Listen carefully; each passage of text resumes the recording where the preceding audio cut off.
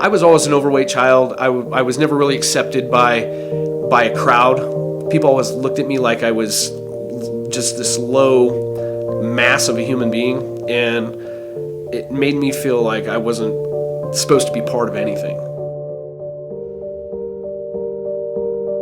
My name's Lester Hawkins, and before I came to the mission, I was lonely, I was unloved, I was desperate, and realized I have nobody. If I die today, there will be nobody there that will care about me or even know my name. I was a meth user. It filled a void.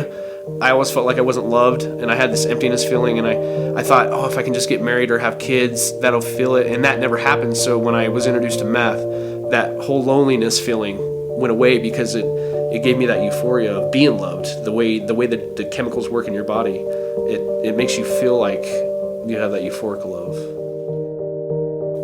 I would get those little moments of clarity, and I'd realize, this isn't, I don't feel right, this is not me, yet I didn't know what to do about it. I was so lost in the addiction that I didn't know how to get out of it.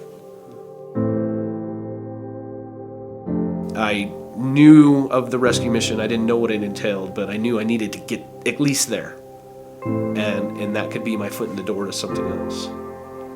I got here the first night, and I had a suitcase with me. I slept behind the kitchen, and I thought, then I found out about the program the next morning, and so that was actually my first step to this whole journey.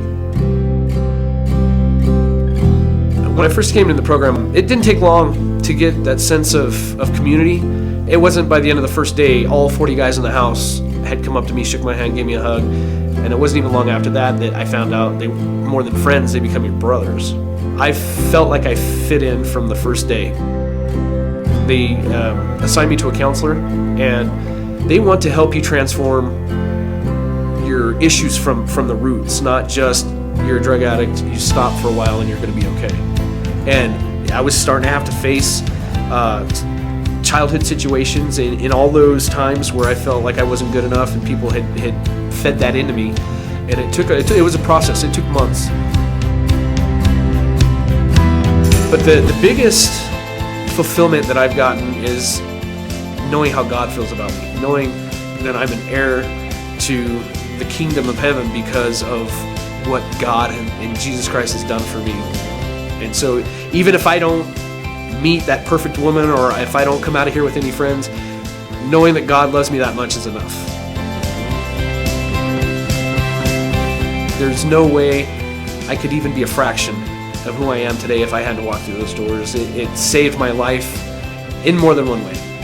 It gave me family. It's given me the hope and the love that I always needed to fill that void.